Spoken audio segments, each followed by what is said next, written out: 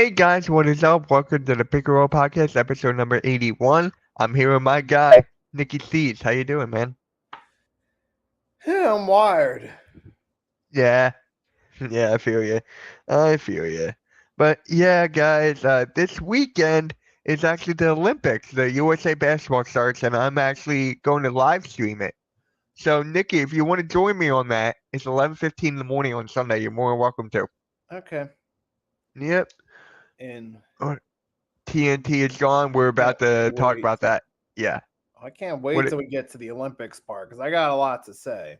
Oh my God. Yeah, me too. Me too. Let's just get this started with the breaking news that just happened a half hour ago. Let me see if I got it correctly.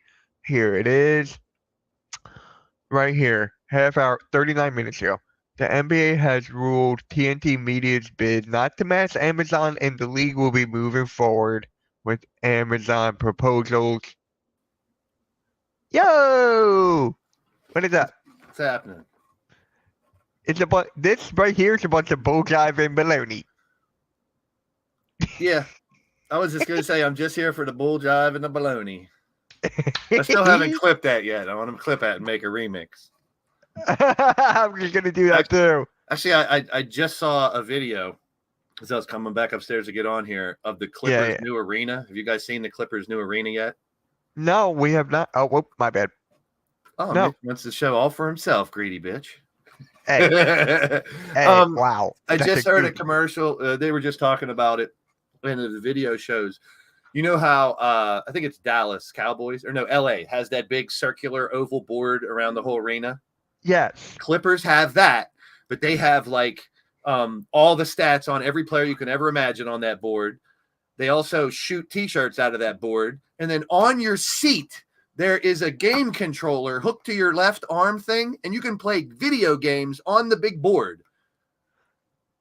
Like they'll have interactive games for the fans on, like there's an up, down, left, and right button on the arms for their chair. Okay, I get you. And now. It'll probably be like play a video game with everybody else up there, guess a number or A, B, C, D type of thing. And plus, the arena will recognize if you're the loudest person there from your chair, and they come to you and bring you a prize. If you're the loudest person in the arena. Isn't that sick? That is insane. You know what's funny? I was getting my hair cut yesterday, and my barber, we were just talking about the stadium because of Philadelphia. They're moving the Sixers to Center City. Yeah. And he was like, have you ever been in LA? I'm like, no. He was talking about like everything surrounding the Staples Center. So that's what, yeah. What I was going to say, the problem with the Clippers, or new arena, everything is they'll still suck. I hope. You notice my new background? Yes, I did.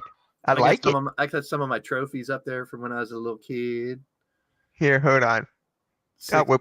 I got 6 mugs from the Steelers Super Bowls over here. Yes, I'm representing your fucking Eagles. Yay! But now I have I have display for my cards down here, so all my Tyrese Maxis are down here. And my new guy. You can guess who my new guy is, right? Oh my God. What's that rookie's name? I know who you're talking about. Yeah. You got to guess it. Oh my God, we're going to be here forever. Matas Buzelis. Buzelis, yep. That's what, you got his jersey? No, I got USA, baby. You got to represent the USA team. This is old USA Dream Team 2, I think it was. Yeah. Hey, do you have the Olympics on? Are we talking about the Olympics on the docket? I don't want to jump ahead. At the end. We're going to talk about that. I got a little surprise for the Olympics at the end when we talk. Ooh, okay. Memorabilia. Memorabilia. Yeah, Jared McCain is another one I'm starting to collect. I just start to collect him. Okay. And Paul George. I'm all in. This is the year. That's a bunch of bulljive and baloney. They got to do it this year. So I'm like, I'm pulling on my Paul Georges. I'm gonna start grabbing him if I see him. I'm hoping he could be the perfect player there. But this, I think we saw this coming. I mean, they were going to try to get it back TNT, but it's a new age, man. It's a new time. Streaming services are taking over. The thing that sucks for me is the fact that these 4 which I've said it a million times. I love just watching these four analyze basketball because it's like you and your boys sitting around drinking a beer, talking about basketball, and they're jagging on each other and making jokes on each other. I'll miss that. I mean, hopefully someone else will try to duplicate that or get people that are friends on a panel for this. So, it is like that. Or like we discussed before, why not get a YouTube channel and have these guys do pregame and postgame on their own, or at least one or two of them. I think, what is it, Barkley, who said he's done after this next year? Yeah, he's or whatever. Done. Yeah. Shaq will never be done. I think Shaq will be entertaining people in every way he can until he passes away. That's what's so amazing about Shaq. I can see Kenny the Jet Smith going back to ESPN. Yeah, I can see that possibly. Yeah. Yeah. Ernie's such a staple for you think of TNT, I think of NBA basketball, I think of Ernie Johnson because he's been doing that for so long. I mean, you think and for Ernie to be a type of guy who can moderate those big egos of these legends at that table, I don't think we say enough about that. What's up, Jeff in his own? Shout out to you. I haven't seen you in a minute. Yeah, what is up, man? He pops in every once in a while. Ooh, Chad, I found a bunch of. I forgot that the old McDonald's All-American cards and the university cards had Jarrett McCain in it for the last 2 years. Oh wow, really? Because they're having cards for people that are in high school, in All-Americans, like the McDonald's All-Americans. They have cards, and he was on there. That is cool. Yeah. I did not know that. Yep. Wow. But that's a bunch of. That's not bull jiving baloney. No bull jive there. No, where would TNT crew go? I think Shaq will do whatever he wants to do. Barkley would do whatever Barkley wants to do. I think Kenny the Jet Smith would go back to ESPN. And I don't know about the other one. Nikki, what about you? I mean, Shaq, he'll find something. Either he'll go to another network or he'll start his own thing. Ernie, I don't know. Barkley seems like he's done. Kenny the Jet, he goes somewhere else probably. You guys are gonna make me show up cards now. No, it's TNT this year. This is last year. Jeff, this I found, Mitch. I got a boner. You see, I blew it up. Pause. You blew up my boner. Pause. Yeah, I didn't even know I had this. I was going through like old ones and I was like, holy shit. Damn. I mean, Alexander Sarr. Okay. Because I didn't know he played for what was it? Elite? Yes. Yeah, Elite. I didn't know he played for the Elite for a while. And your boy, you couldn't say his name, Mitch. I think he's gonna be a star. Kel'el Ware. Oh, I like his game. I just keep on forgetting his name. I just saw a highlight of him from the summer league. Where did he go? It's Miami. Yes, the Heat. Yes. And they won summer league. They won the summer league championship. Gonna be championship. really good, dude. I think me and Mitch might have talked about this. Ron Holland. Yes. Dude has some skills. I think he's going to do really well. This is my boy, Matas Bucelis. If you go Google highlights of Bucelis, you will not be disappointed. I have. I mean, they're just, and it's not just that one dunk that we saw. I only have one. What did Rios call him? Cocaine Curry. Yeah.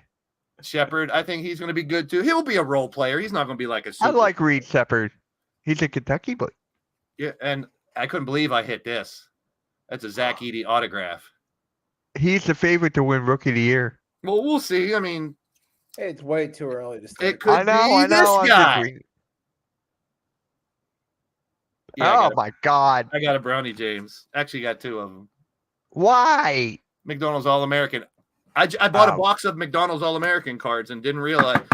And I did get some girls cards too. I'm going to sell them at the next show. I got a Caitlin Clark and a Angel Reese, which I don't care.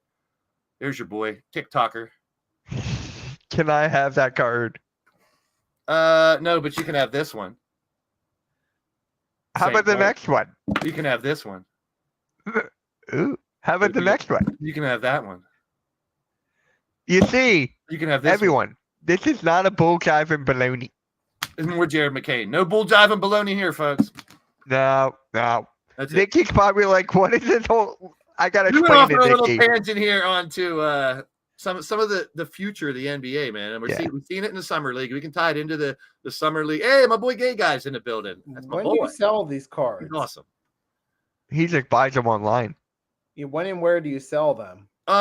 There's still card shows around here. There's one about an hour from where I live every couple months. It's pretty big. There's like 400 or 500 tables. Then there's flea markets and stuff like that. The National they have every year. National this year's in Cleveland at the end of the month. Actually, it's in a week. My buddy wants me to go, but I'm like, I'm not really into it as much. I'm really not into it as much. But I'll save my USA surprise for when we get to that. All right. But there's so many great. I mean, the Summer League. I think I shared the Summer League highlight video in our group chat. Yes. My goodness, if I hope these players. And we were talking about a couple months ago how this isn't a great draft class. Right. We could be completely wrong and be talking about all-stars in a couple years from some. It's just about real player. What? Yes. Yeah. But that's just a rumor. Hey, butterfly, you're gonna like this. So I was down the shore, right, sitting outside, and I see this butterfly flying everywhere. Like it would not stop flying. And I'm like, Dad, why does this butterfly keep on flying around? It was butterfly. Say hi to you. Yeah. 7 likes, appreciate that. All right, we gotta talk about Russell Westbrook going to Denver. That happened last week. I remember because he was that was you. Oh, that was you. That was me, butterfly. Shout out to Earl. Hey, Earl. But keep it where it is, Earl.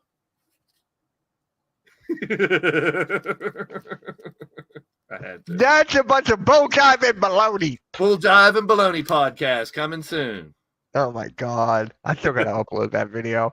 But yeah. How do you guys feel about Russell Westbrook going to Denver? Please. I like it. And I thought about this when I saw you posting the docket for today, and I thought, you know what? We talk about this every week. And these older players still trying to hang on to a team. Do they have anything of what they had before? Of course they don't. There's one exception to that rule, and that's freaking LeBron James, because the dude plays like he's still 22 years old for some reason. And I don't know what it is, but you got to love him for that. I mean, I don't like him for other reasons, but I think Westbrook could have a mini resurgence here.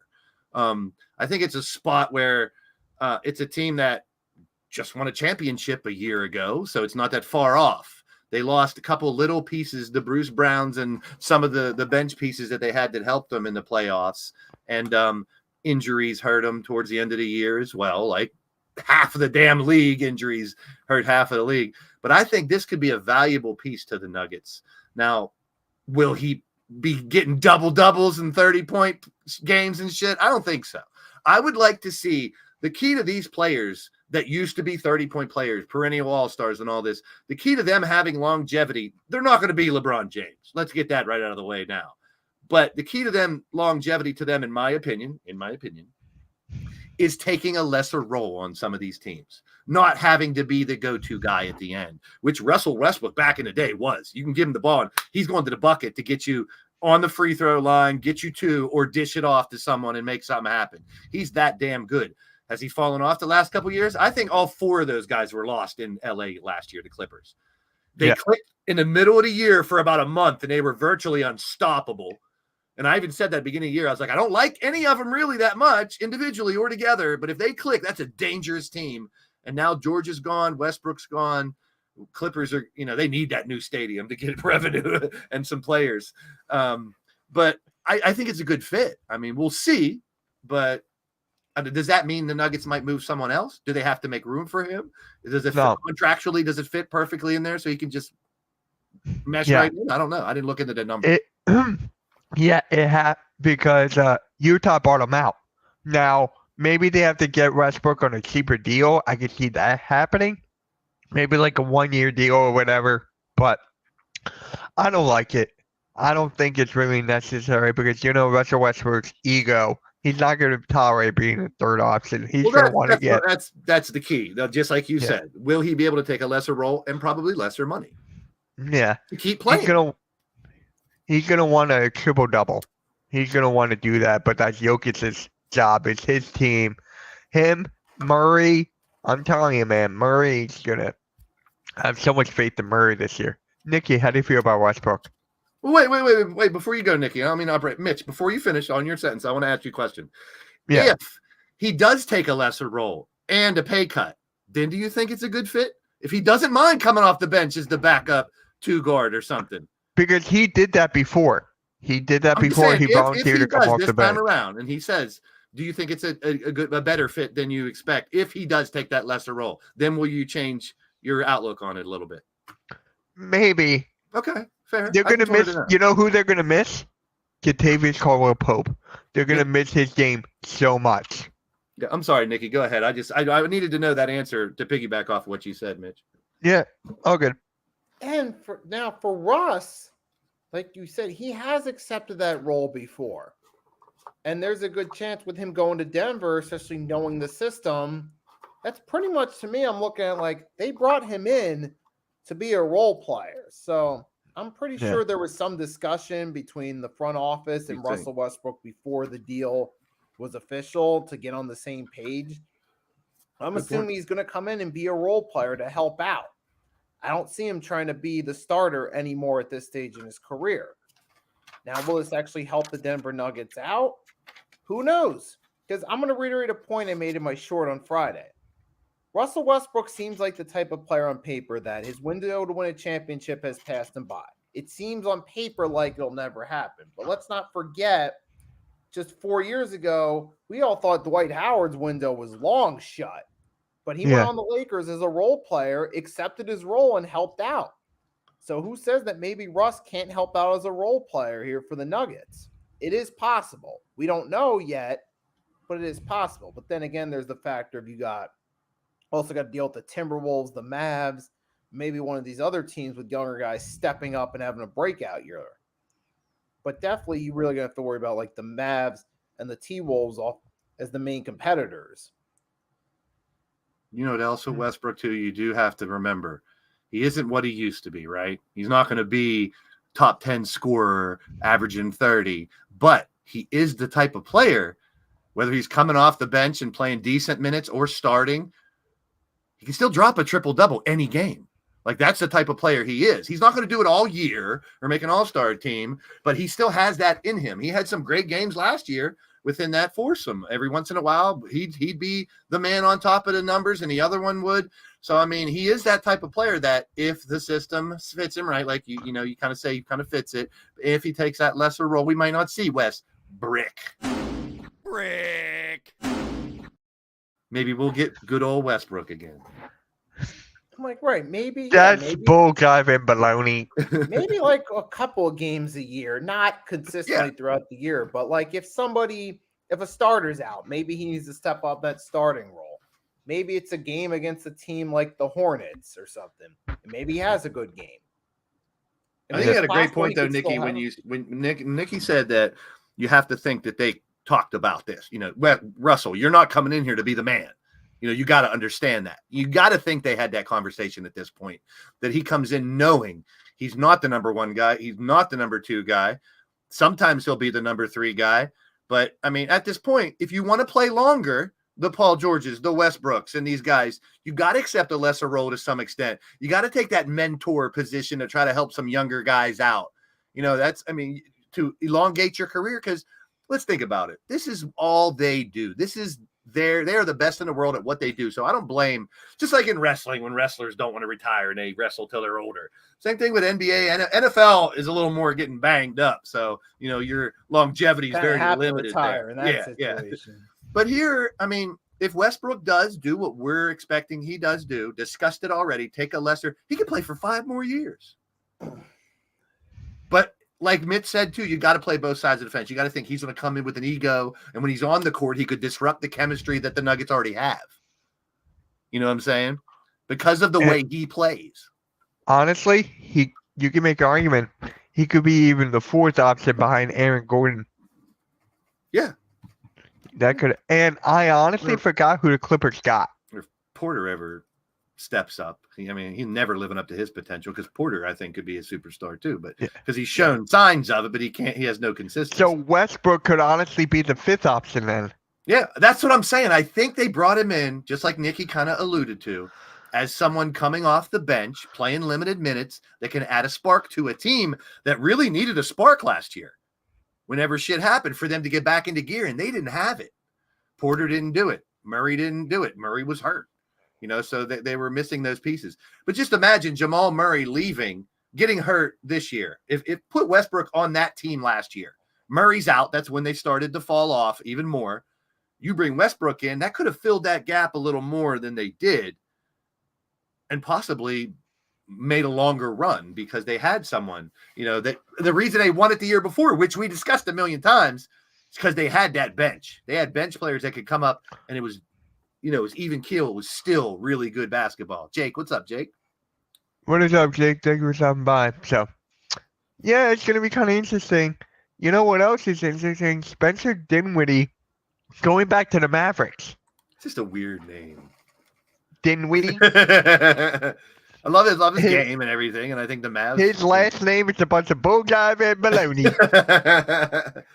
I mean, you got to give credit to the Mavs too, though, man. Yeah.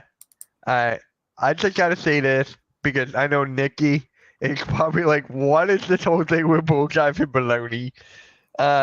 Nikki, I was reacting to this Bucks content creator who is ranking every single East team from 8 to 1.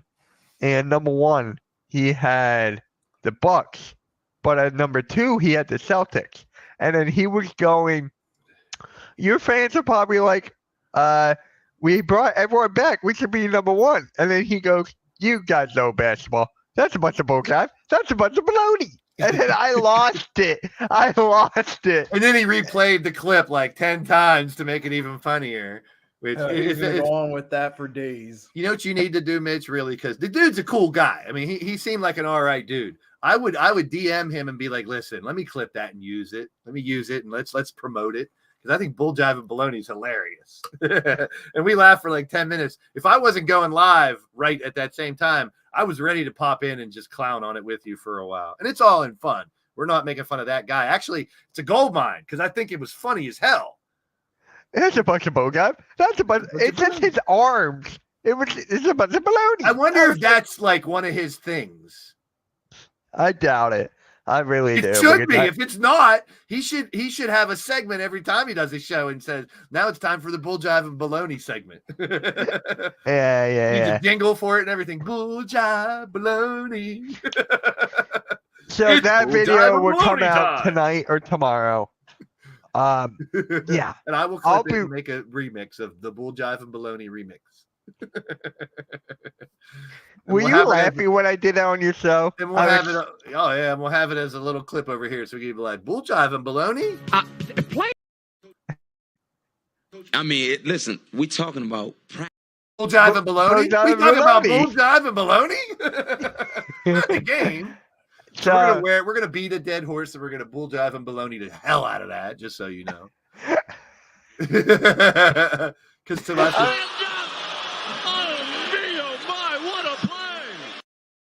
Jive and Baloney, what a play! Yeah. So Spencer Dinwiddie to the Mavs. Good move for the bench. He goes back to play behind Kyrie Irving, Luka, and Clay. I like it. 6-man. That's basically it. Good role.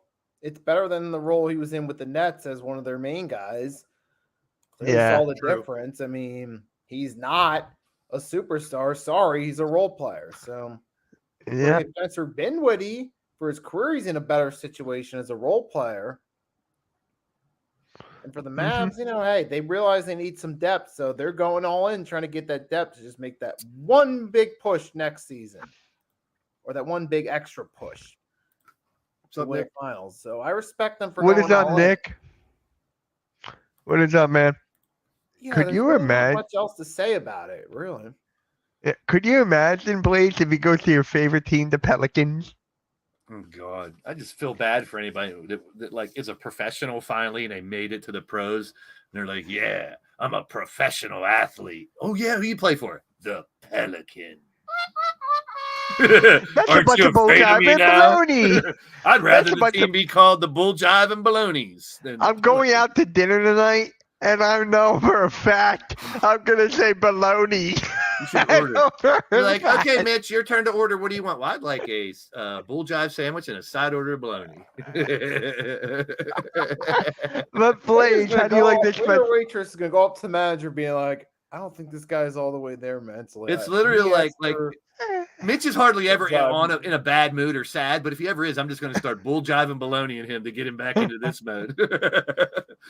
But I'm like, bull jive is a great word. Mitch was like, did he really just say bull? The first time you played it was the best because you were like, what? It caught you off guard. You're like, did he say bull jive? And I was like, that's a fabulous word. I was going to make up a word to describe that word. But I'm just like, bull jive. We used to say bullpucky. I don't know what bull jive is, but that's great. So, Blaze, Spencer Dinwiddie to the Mavs. Good move. Yeah, next, let's talk about money. Okay. They'll be fine. So, hey, you guys know me. I'm a Jew, and I love talking about money. So, Evan Mobley. Me and Nikki did not say that. The words and descriptions from the people on this broadcast do not affect the opinion. not match their core values. Yeah, it does not affect the opinions. It does not reflect the opinions of the associates to this show. Yep. Nikki and me. Exactly. That's exactly what a company would say. It's on this guy. We'd have that little warning pop up and be like, promotional consideration paid for by default. That corporate language down perfect on that. Yeah, that's what we'd have to have that ready. So, yeah, Evan Mobley returns to the Cavs on a 5-year, $224 million. 5-year, $224 million that can become $269 million. I'm not making that up. I'm just happy there's a 69 on it. I know. Yeah, Evan Mobley, really good player, underrated. How about you? Oh, I'm sorry. I was on another tab, Butterfly. I'm sorry. Well, once we talk about the next one, it'll make this one make more sense because if people were making $40 million for Evan Mobley, what, Sam Hauser? Yeah. So if he's going to make $10 million a year, I'm okay with that. If Evan Mobley's making 40, yeah. I mean, I don't like the money discussion because that's blazing baloney. I don't like the money discussion because I feel like you just said you want to talk about money. Well, because it's on the docket. I know we were about to have it right up in front of me here. Because I'm not as schooled or well versed on how all the contracts and the money works and the CBA and all that stuff. So I don't want to pretend I know everything about it. I just know that I give the league the benefit of the doubt that they're paying people what they're worth to get them. But like we talked about before, some of these lopsided contracts can mess up the market. Then other players say, well, if this guy it's more so in football. You see that a lot with like wide receiver number 2 gets the top paying money. And then the wide receiver number 1's like, well, if wide receiver 2 and 3 are getting more than me, I deserve more money. So now that's the issue you can have with stuff like this. You got Evan Mobley making 40 some million.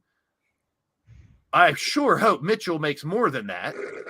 Oh, thank you. I do make more than that. And if thank he doesn't, if you're Donovan Mitchell, no doubt the star of that team.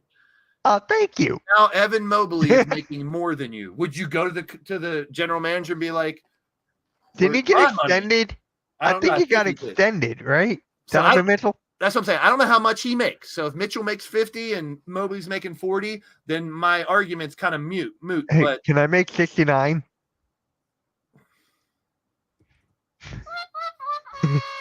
What? You keep on saying Mitchell. That's my name. Donovan Mitchell. That's still my name. Mitchell. I got Donovan somewhere. And nobody calls you Mitchell on these broadcasts. You are Mitch or asshole. Yep. No, that's a bunch of bullshit and baloney. Never mind, that's halftime. True. But yeah, Nikki, Evan Mobley. You like the deal? I mean, it's kind of that situation as Blaze was trying to tie into. You're starting to pay too many guys. Eventually, you're in that position where you got this guy getting paid this much, this guy getting paid this much, this guy. It's going to affect your salary. It's going to be hard to put the right pieces around them to make a big run. So this could potentially come back in the long term to haunt them. Right. You're paying too many guys that type of money. What was he making That's before always this? been the I don't know problem that with either. contracts in It was a sport. rookie contract extension what he was getting. Okay, so he was making a lot less than that. Yeah. But here's the thing. Garrett Allen, what is he getting? Yeah, that's what I'm saying. There's a ripple He's effect. like to these one of contracts. he's a top 10 center. He's the top center, so he wanted his money. And then now with Sam Hauser on the Celtics, I know he got like 45 mil extended 4 years, whatever. Yeah. That Celtics team is locked and loaded for years. They're done. Hauser was You're a not paying- valuable piece too. I mean, he wasn't a guy that was coming in and getting double doubles every game, but he would come in and hit those valuable threes, grab Yeah. a good couple rebounds that are valuable. He's a great piece off the bench. Now you're telling me that players that are just role players pieces can make over $10 million a year. If I was a subpar player or a player that's right around mid-range player on other teams, I'd be like, excuse me, Sam Hauser's making 12 million and I'm only making 8 and I'm averaging 18 points a game. That's Yeah. the type of ripple effect you can see with this. By the way, why did your supporter call me the other guy? because I've said that before and they probably heard me saying it. But see, That's a Butterfly, bunch of bull garbage baloney. I'll agree to disagree because we don't know all the financials. If the NBA has enough money for this to go around, then they do make more sense. I agree. It's probably more money because if you take $1 million out of every professional athlete that makes 10 or more million, take 1 million out of anyone who makes 10 or more million, you know how many people you can feed or put them in houses, solve some poverty in a couple cities, give people jobs, help people out, build buildings for people that have places to live, stuff like that. That's where I start to get, when you get into the millions and billions and way too much money, that's where I start. Cause I know you can affect humanity. Now, if you're a billionaire, like you take any billionaire out there right now that passes away and take all of his money, instead of giving it to his family, save thousands of lives. But That's a bunch of bull garbage baloney. They should donate their money. and the money's going to keep coming. I mean, and we're going to have a $1 billion contract at some point. There will be a contract within the next couple of years that will be a $1 billion contract. Who That's the will day- get that? I'm gonna just Well, because of how Got it. players are, they have the rookie contract, so they got to get through that. It would be their first real contract that would have to be it. And I think it might be baseball. Because didn't they just have an $800 million contract or something for Soccer. Ohtani or No, something? I think it's soccer. it's one of those I other think it's sports soccer. that's less known that's less popular in the US. It's one. It will be I think no, it no, no, could no, be no. baseball. It's cricket. It's cricket. Well, those dang are bigger sports, but they're not it. worldwide. They're not drawing in they don't have players that are making 50 million in cricket. Why not? They're Because we very don't. athletic. People around the world aren't buying cricket jerseys and cricket bats, but they are buying basketballs and Hey, jerseys you're and gonna watch cards and stuff. cricket during the Olympics. Merchandise. The Yeah, Olympics? I'm gonna watch a lot of sports that I never watch. Yeah. Asian Draymond. Global sports investment on the decline. Too much competition. Yeah. So I know you guys wanted to talk about this one. Let's just get it started now. The USA basketball, USA team. What is going on with them? Nikki, I'm going to lead off with you because you told me you had a lot to say. So, Yes. As soon as I On that note, saw I'll be right back. people were saying it was something to the effect of, oh, what's wrong with Team USA? But I'm looking around at it and I'm saying, I don't see anything necessarily wrong. Yes, we're struggling against teams like Germany and South Sudan. This was not common in the past. And I understand to some degree, look, these teams are not like the top teams in the Olympics. But you also got to remember something else too. These are just trial games, number one. This isn't the real Olympics. Number two, the competition for men's basketball in the Summer Olympics is a lot more powerful. What's the way I'm looking at it? There's more competition. It's more competitive than it was in previous years. And we go back to the Dream Team years. As fun as that Dream Team was, as historic as it was, there wasn't a whole lot of great competition out there for the Dream Team. Let's be honest. No disrespect to those guys, but it was easy for them to mow their way through. Now we're in that era where you don't just look at the NBA and you go, okay, let's rank all the top players 1 through 12. That's our lineup for Team USA. Not happening anymore.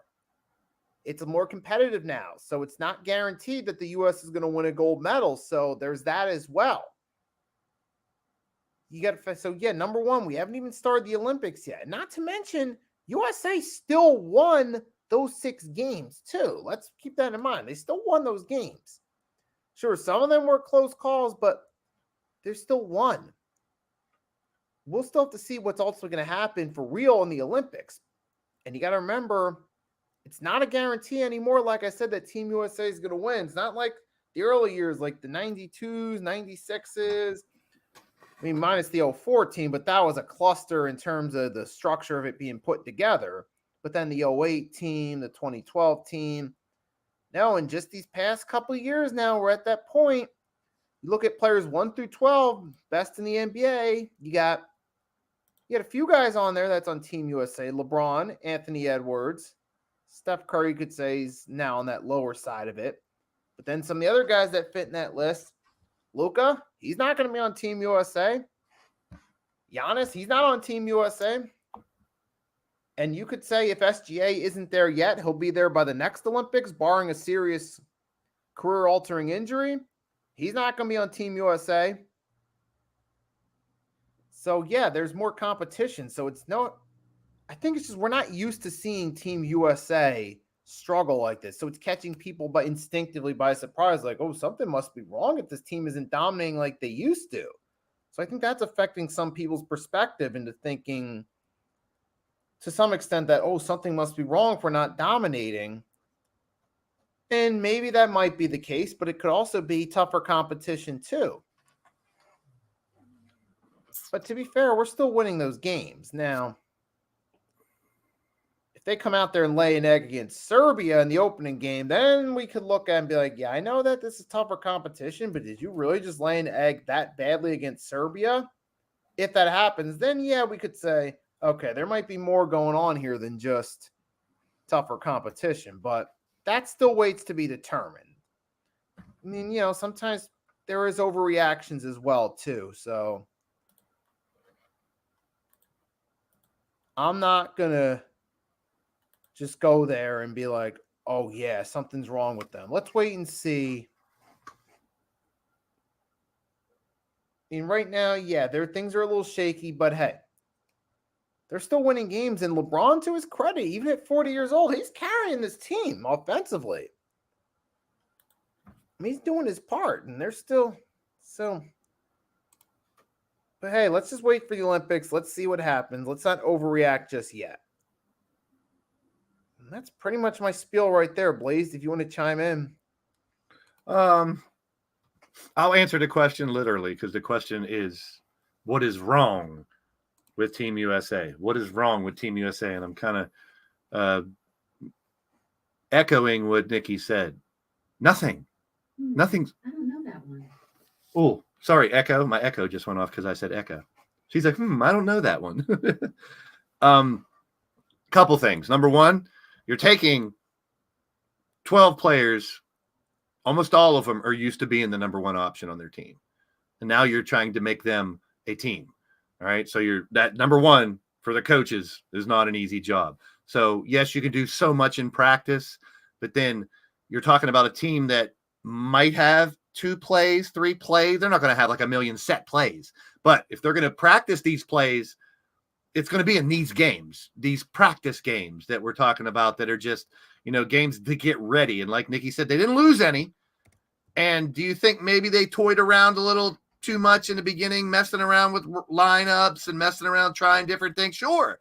Because this is where you want to make those mistakes and learn things. And then you go into the real series in the Olympics and the real playoffs. And it's like right now it's find your footing. Who's going to be the man? We've talked about it. KD has been phenomenal in these Olympics. Melo was one of the best back in the day when there was 6 or 7 players that were supposed to be better than him. He was the best player. So it's like, who's going to lead? They got LeBron closing out games, which we saw in 2 games where he pretty much took over at the end and they couldn't stop him.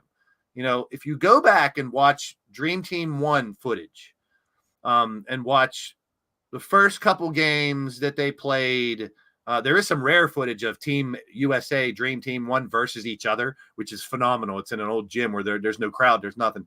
It's just them practicing against each other, but it's really cool to see because that is the greatest team ever assembled, no doubt. But I think at the same time, you got to think, you got, like you mentioned, Canada, SGA, Jokic on a team, Giannis in Greece. There's so don't many. forget France too. Yeah, Wemby. There's teams out there that have stars. They have a different problem. Well, like I was saying, if you go back and watch Dream Team 1 games, a lot of times you'll see players on the other teams just standing there watching their legends, their idols play against them. Like they're stunned. Like sometimes you can see they're going to go out there to play, but these are just normal, ordinary people from some of these countries that just qualified for their Olympic team because they don't have a ton of great basketball players in that country. But now you're getting 2, 3, 4, some teams 5 or 6 quality NBA players that change the level of competition. Watch some of the showcase games. Go back and watch them and see how the USA played in first half, and then see how they play at the end when it's a close game. If they played the way they did at the end the whole game, no doubt in my mind they're going to win these games by 30, 40 points. In my opinion, from what I've seen, and I haven't seen everything, they're figuring it out. They're trying to, as much as you think it's easy for a coach to just bring in 10 perennial all-stars and just say, I'm a coach, I'm just going to sit back and let it happen. We're going to beat everybody by 50. It's not going to happen. You're going to be rudely surprised because we talked about it the last couple of weeks too. Some of these teams are teams like that have played with each other for 4, 5, 6, 7, 8 years in their own country's leagues. They know each other a little better. Here we're just basically taking an all-star team, and we've seen in some of the dream teams before that doesn't always work. And even someone had a good thing in the chat where, here it is. It's possible to have the best players in a mediocre team. And that's what I'm talking about. If you don't find the right person to take over when you need it, the right combination of players to be starting and bringing in, this all goes back to coaching, in my opinion. You got the players, you have the talent, but say Steph is 0 for 10 in the first half. Do you play him in the second half and hope he catches on? Or do you move someone else in? Because now you're not the Golden State Warriors coach where Steph goes down and the quality drops to to a guy who's not going to shoot anywhere near what Steph did. But now you bring in another player from the bench on a dream team, on an Olympic team. There's not that much of a drop off. So, you got to figure that out as a coach. The players got to figure that out. And then is part of it overthinking? I'm sure that they go in thinking, no one's going to touch our team. So they do I think they take teams lightly in the first half? Probably, yeah. Because they're trying to figure shit out. And especially teams like Germany and South Sudan who aren't considered favorites. Yeah. They got them in with that, it's going to be easy mindset. Yep. But nowadays we're not talking about, like I said, there could be 1 or 2 plumbers or electricians or whatever you want to say who normally don't play basketball all the time that are on some of these, national teams. But nowadays you have basketball. This isn't 88. This isn't 92. This isn't 84. You got countries that have their own basketball leagues, players that have played their entire life to get here instead of just someone who, you got 3 7-foot guys in this one country over in Europe. Teach them how to play basketball, and in 3 years they can be on the damn Olympic team, But now the teams like the Croatias and the Australias and the Canada, they're real teams, man. Yeah. Germany's. These are teams that are gonna, I don't want to say I feel bad for those who like Giannis, who are Drazen Petrovic. Yeah.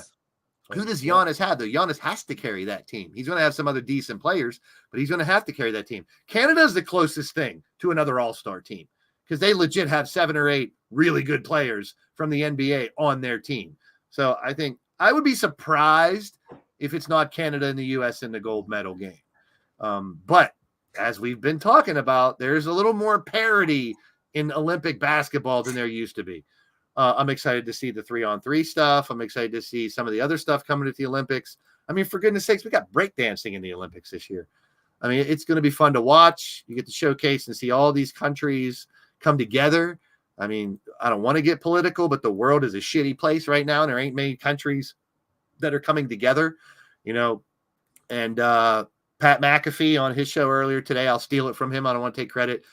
They all said, why can't we just stop the world for a week or two and just enjoy sports? If you're in a war or, some with another country or problems, can we just stop that for a week and enjoy the sports and have the world come together for an event for a week and just enjoy it? But things happen. Bad things happen. Bad people are out there to ruin people's problems. I think about Atlanta, back in the day when, a backpack or whatever it was that exploded. People try to bomb the Olympics. So you got to worry about shit like that too. But I think I want to celebrate the fact you're bringing together all these athletes from so many different sports, and you're going to be introduced to new athletes. And, as much as I criticize him now, I mean, LeBron is a phenomenal athlete, and for him to carry the flag is a big deal too. And I'm looking forward to the Olympics. I always find myself, you could pretty much get up at any hour of the day during the Olympics and catch sports on TV. Either replays of swimming or track and field or archery or, all kinds of weird stuff. So I look forward to that for the Olympics. But ever since the Dream Team, and if I could show my wall, I got a poster of the Dream Team here, all the cards, all the players. I mean, that's, that really changed internationally the game of basketball. And then you saw what the Spurs did with the Ginobilis and the Tony Parkers from, and the Duncans and all the international players that they used to win championships. It wasn't just like we have Drazen Petrovic, who is a great foreign player, but he's stuck on this shitty Nets team or this other team that's never going to make it. Nowadays teams are having multiple international players that are doing well together and stuff. So I think it's a beautiful thing because it grows the game as a whole. It's interesting you mentioned that because I feel like kind of off subject with the Olympics, but Petrovic was really the one that paved the way because even though Dirk was the first superstar, Petrovic, he was just getting ready to become that superstar before his untimely passing. Had he not passed, he would have been the first European superstar, then Dirk, and then from there. So I feel like Petrovic still paved the way for these players that we see now. Yeah, and some of them with Croatia, you don't think about them as being international players because they've been here. Like I'm looking at a little list right here. We talked about SGA from Canada, Sabonis from Lithuania, Rudy Gobert's from France, Porzingis Latvia, Ben Simmons is Australian. Some people forget that. Joel Embiid's Cameroon, so is Siakam. So it's like there's a lot of stuff like that. Andrew Wiggins is Canadian. There's different shit like that as well. So the international players, the fact that it makes such a difference now as opposed to back in the day. I mean, that's what makes, I think, the Olympics even more important when it comes to basketball because, it's not just showcase of what we can do. It's a showcase of everybody and to me, of all these countries. And it actually makes it more interesting now because to me, I kind of look at the perspective of, okay, early on, Team USA showcasing our 12 best guys, cool. But after a while, even that gets stale after a while. You need some competition to make it more interesting because there's only so many times you can just run through the rest of the world in the Summer Olympics before that gets a little old. Yeah. You eventually need some competition to make things a little more interesting. So, what's up? Did I miss a bunch of bullgabbing baloney? No, we got on to, moving the Olympic talk into international players. Oh, okay. And How finding so? out, because that's basically with the Dream Team and that's where it started, where it got so much more important that international players became more prominent. You talked about Dirk. I mean, you can do Olajuwon, Steve Nash. He's Canadian. A South African-born Canadian. Yes. So it's like there's a lot of ones that we don't think about as international, but they are. And the fact that the last, look at MVPs are international now. It's not just like we have international players, and we talked about like what the Spurs did with Duncan, Tony Parker, and Ginobili. 3 starting, foreign players, international players. Mutombo was one back in the day who brought it, forward and did it as well. Gasol's. Al Horford's from the Dominican Republic.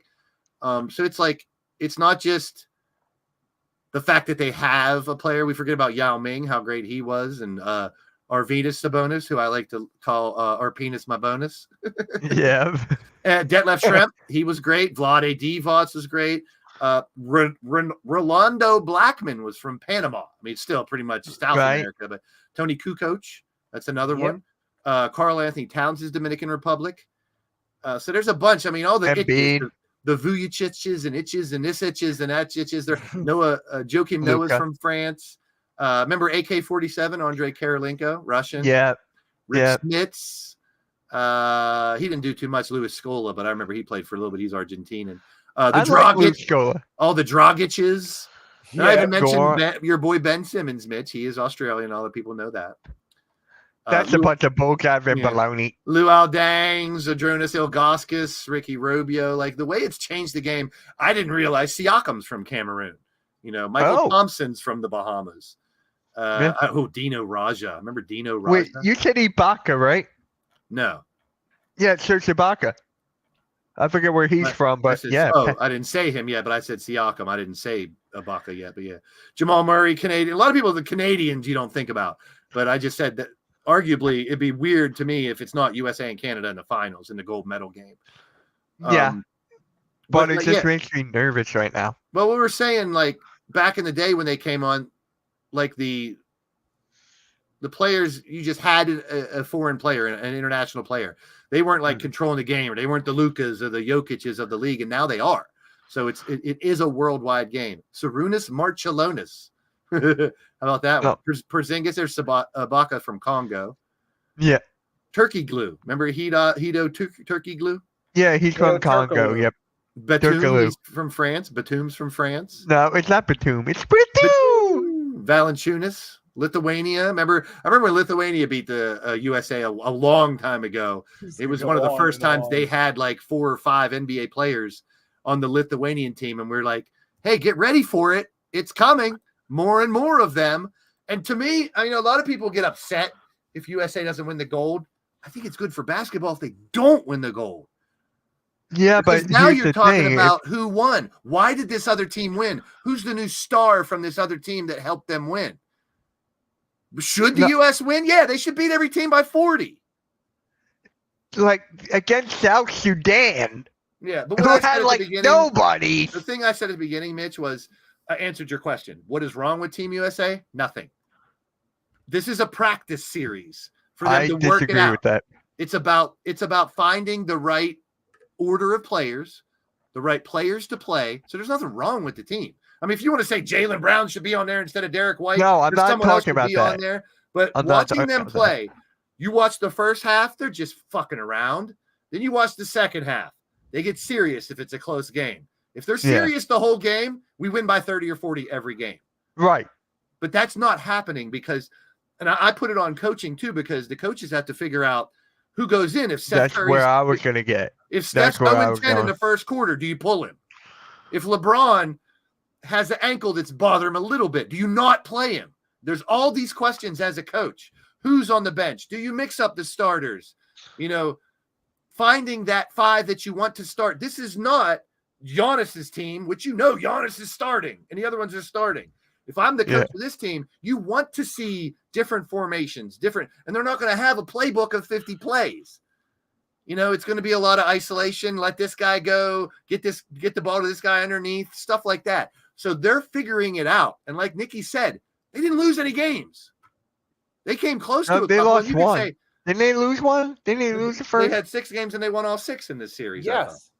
Oh, I thought they lost lost the it. very first. It was very, very close. But I do you thought want they to lost. criticize them for winning by 1 Won against the 6 Sudan games. in a practice game? Does that really matter? 20 years from now, you look back, no one's going to talk about the Sudan. They didn't win. You know, LeBron took the ball right down like he always does at the end of a game, and no one could stop him. And it looks easy, and people are going to say, oh, maybe they're watching like the old teams against the Dream Team and they're not. No, he's just that fucking good to stop him. They're all trying to stop him, but they can't. And you see how Ant Edwards, the youth, the next movement, is so excited to see LeBron come in at the end and make a bucket to help them win, to see their camaraderie start to work, start to mesh. So there's nothing wrong with the team. Now, if they come out and lose their first 2 games in the Olympics, then I would start to say there might be something wrong with how the coaches are arranging them, and now it's falling apart. because I put a lot on the coaches because it's not a question of talent. You can get rid of the starting five and still have a starting five that should beat everybody. You know, that's the beauty of being with the USA. But I'm interested to hear what you think is broken or what's wrong with them, Mitch. It was I can't believe I'm saying this. Hold on. There we go. James Harden was on the team.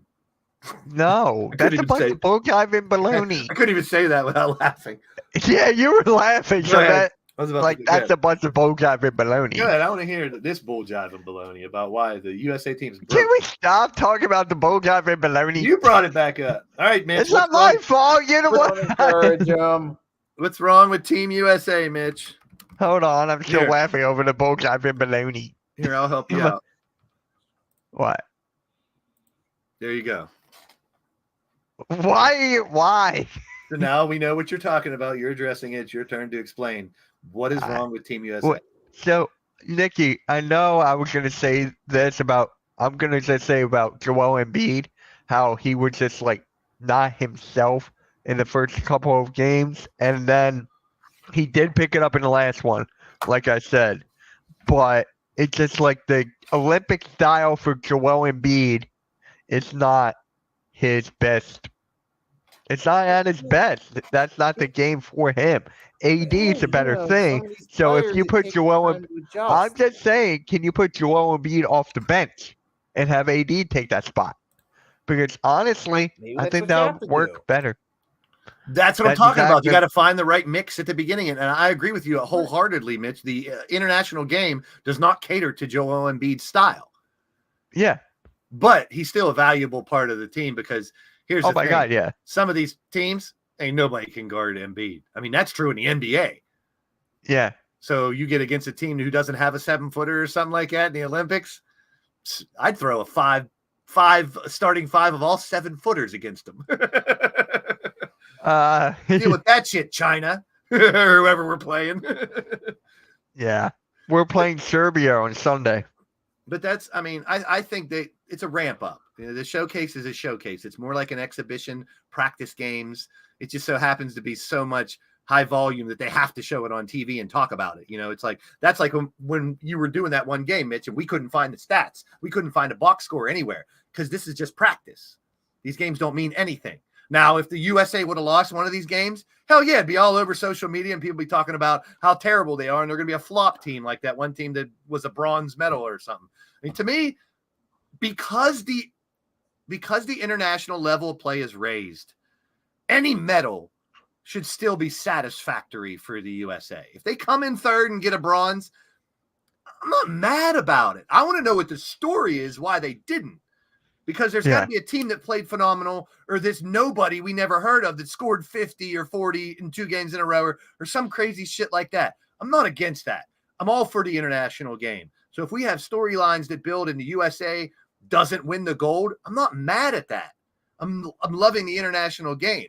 Now, why did the USA not win the gold? That's the story. It's like, why did they not win it? It's not, oh my God, they should beat everybody by 50. And if they don't, you know, this is stupid. Why are we even doing it?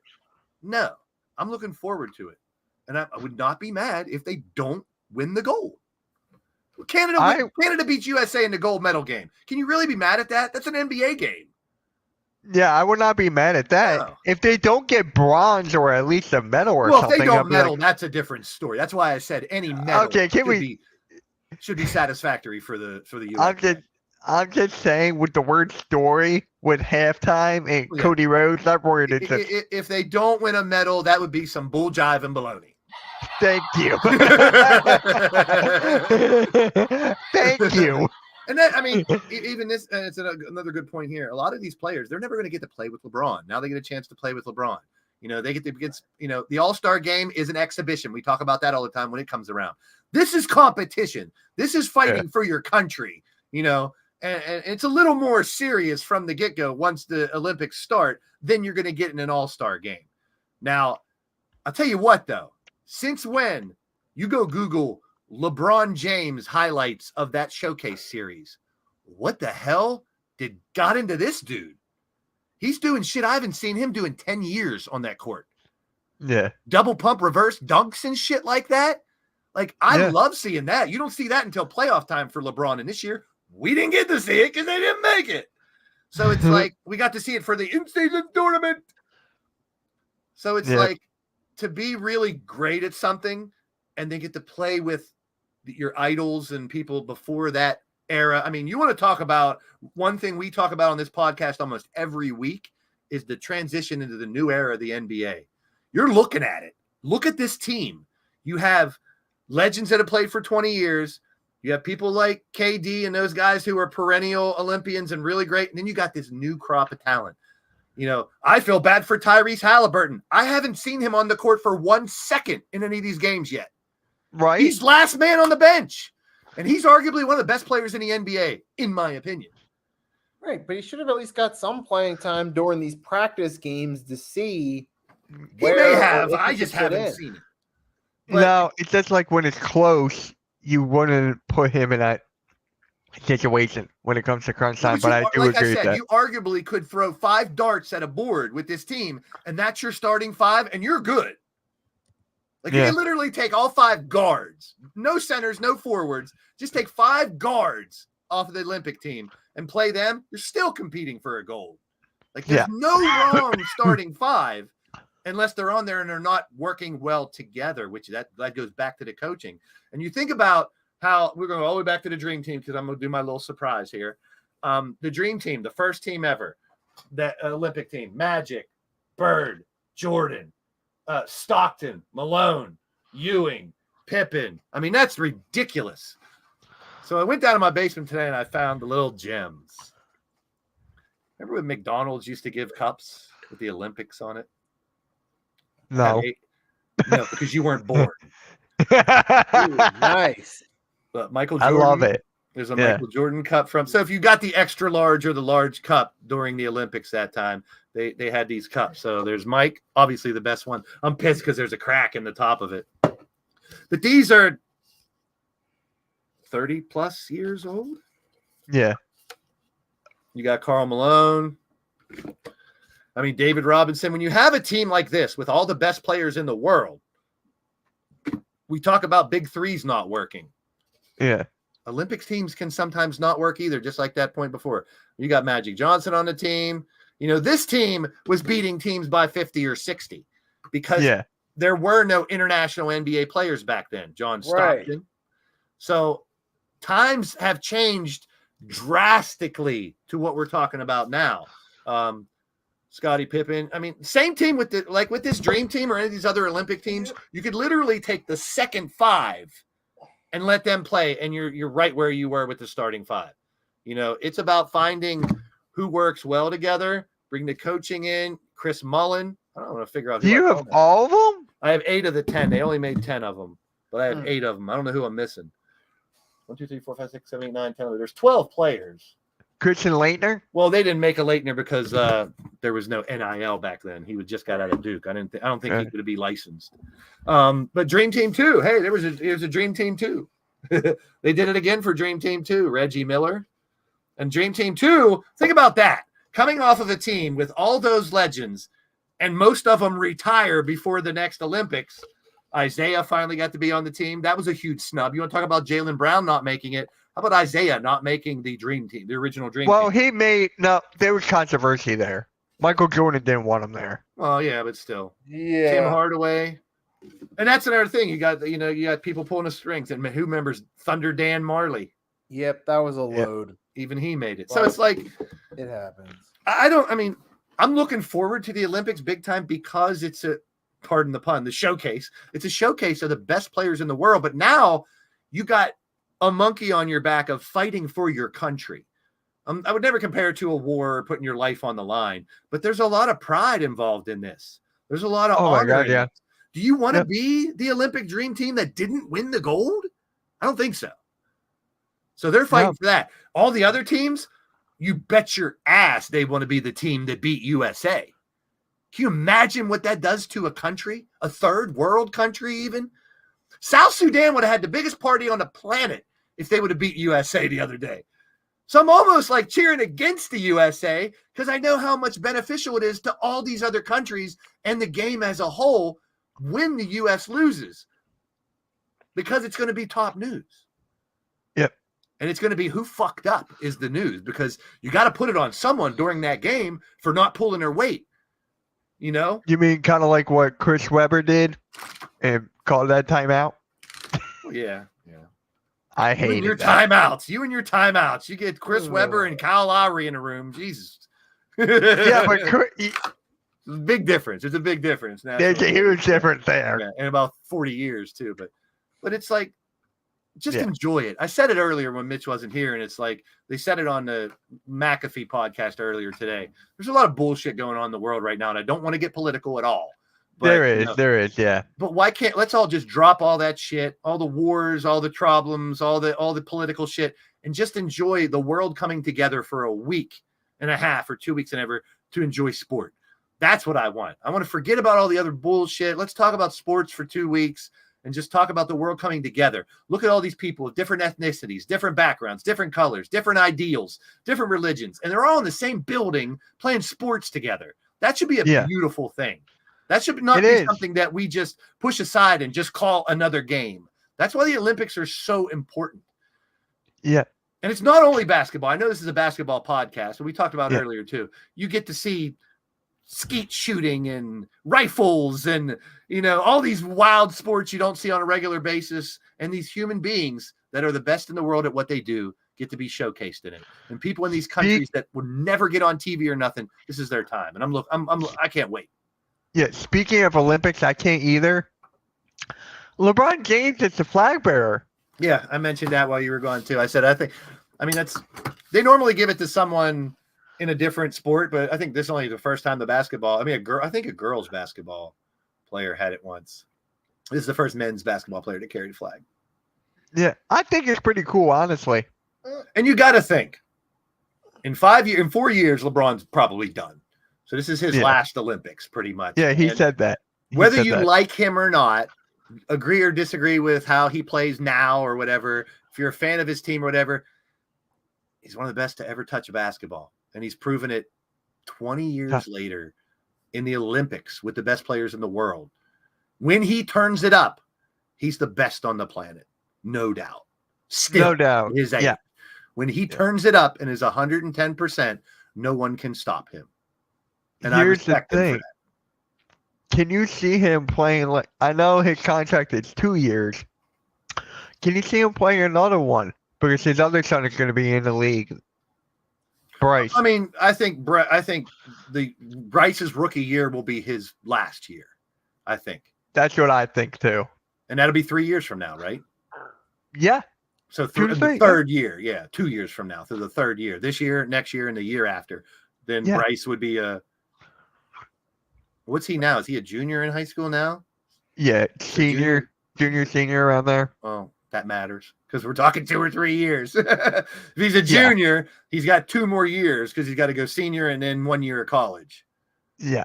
I'm telling you, he will get drafted by another team.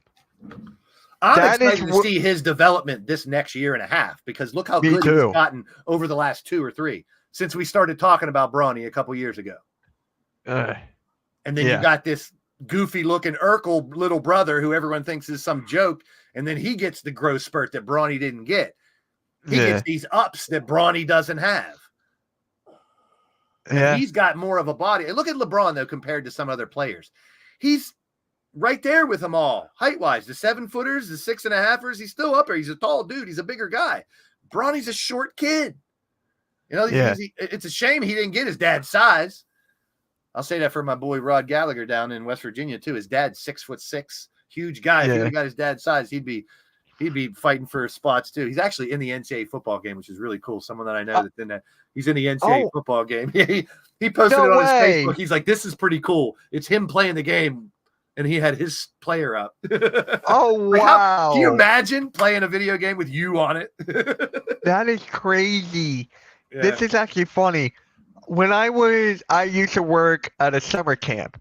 We had like a video game room that I was in charge of. So we would have like all these video games, 2K or whatever. At that time, they had I think it was 2K14. And my friend, high school friend, he went to LaSalle. And they had LaSalle in the game, and they had him in the game. They just didn't show his name or anything. And I'm like, I sent it to him. He's like, dude, I can't believe it. I'm in the game. And that was 10 years ago.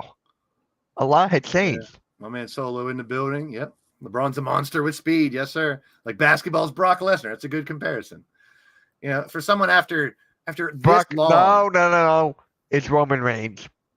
No, but Brock's been wrestling for how long? And 5 years from now, Brock can come back and he's still the baddest motherfucker. And it's like LeBron. Yeah.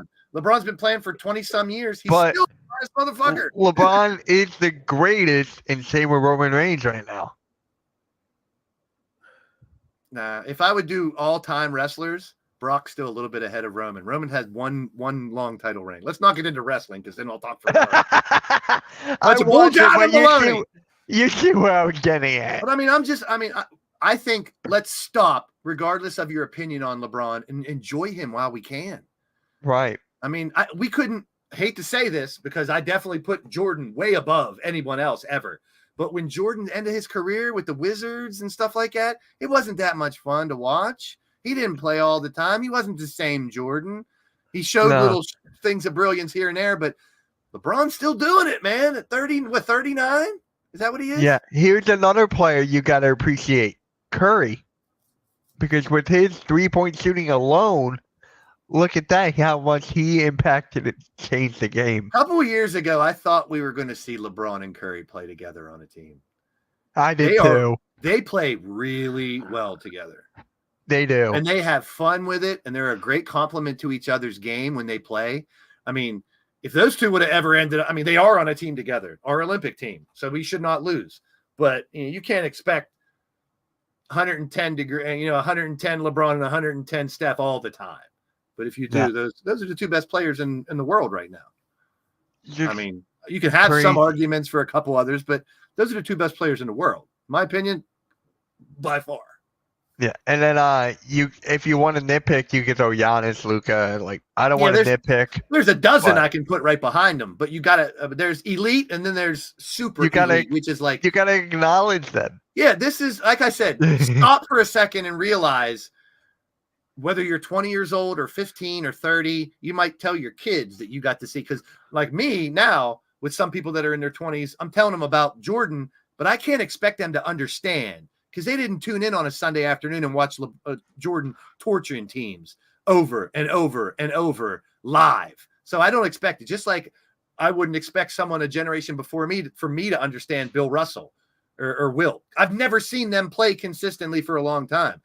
The Jordan era was mine. LeBron is here. Let's enjoy what he does besides flopping while he's doing it. And I tell you what, I didn't see a lot of that bullshit. And people like Kyle Lowry for flopping. I didn't see a lot of that bullshit in the international play in that showcase either.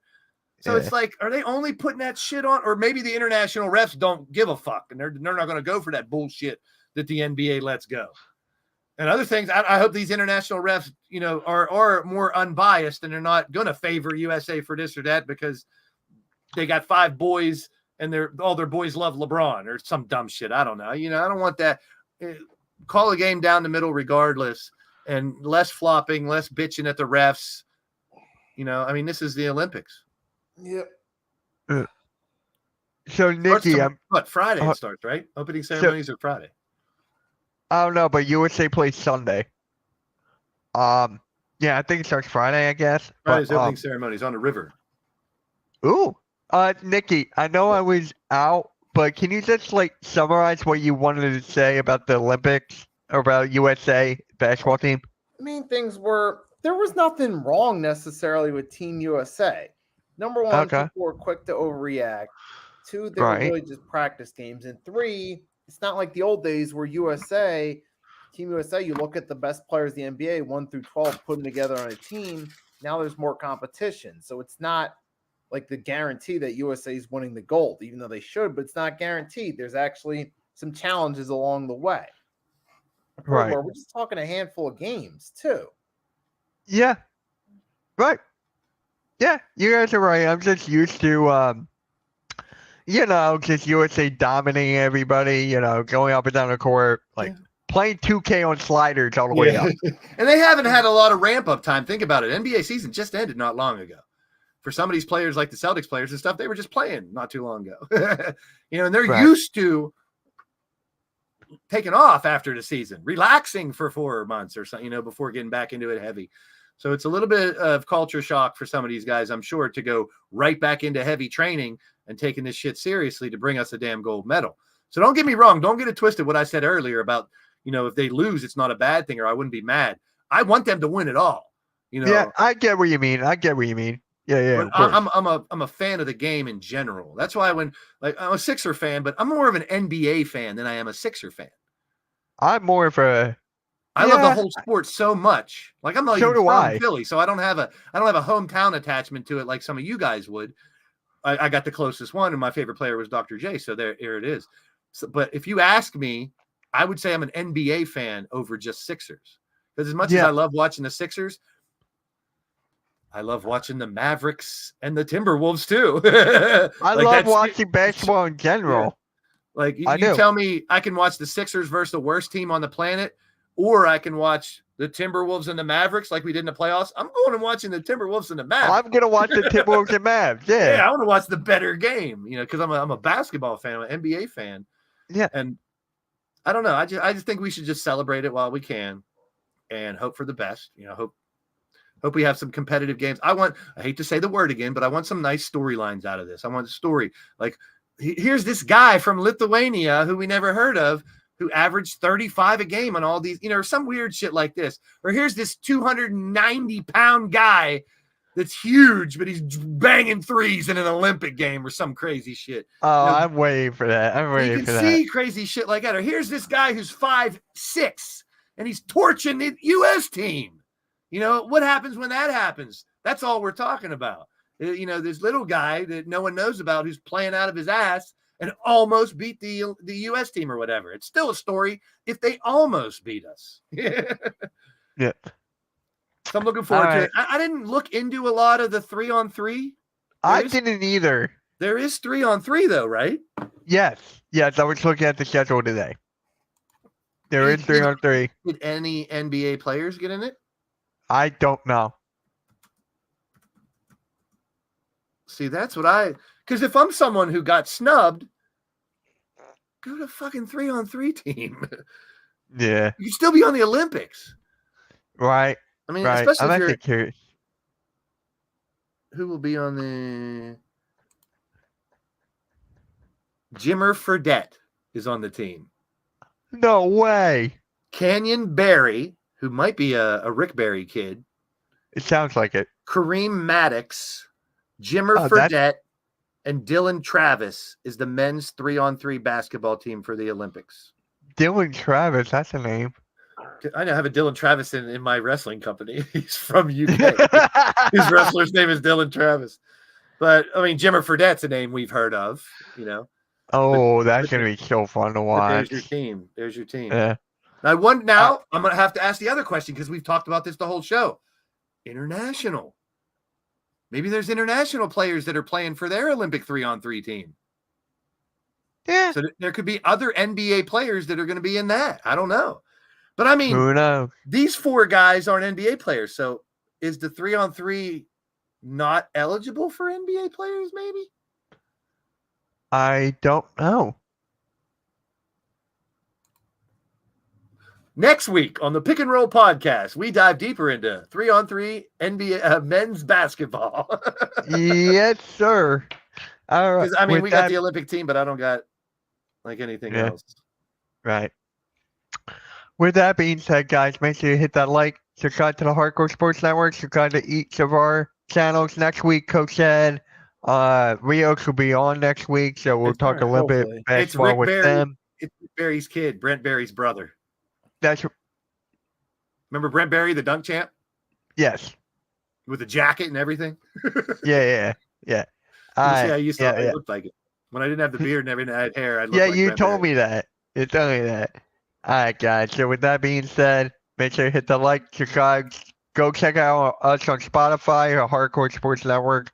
And yeah, guys, we Yes. are out. You Huh? gotta say, stay away from the bull jive And the Stay baloney. away from the bull guys and baloney. We'll catch you all later, and peace. And where's my